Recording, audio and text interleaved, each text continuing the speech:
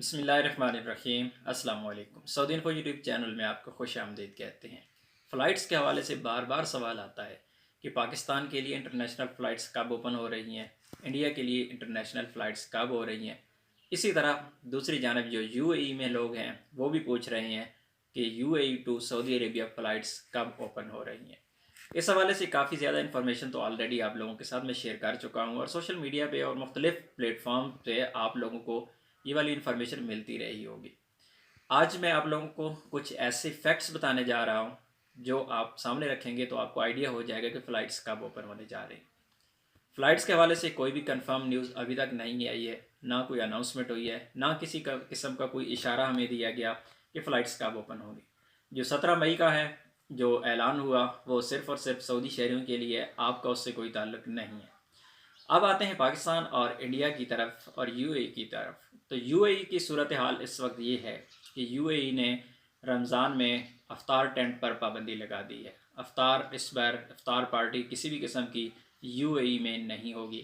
اس سے آئیڈیا لگایا جا سکتا ہے کہ رمضان سے اتنا ٹائم پہلے یہ پابندی لگی ہے تو حالات بظاہر خراب ہیں۔ دوسری جانب اگر ہم انڈیا کی بات کریں تو انڈیا میں بھی یہی صورتحال ہے۔ انڈیا پہلے سے جب سے یہ فلائٹس بند ہوئی ہیں سعودی عربیہ میں، تب سے انڈیا نے خود ہی انٹرنیشنل فلائٹس پر پابندی رکھی ہے۔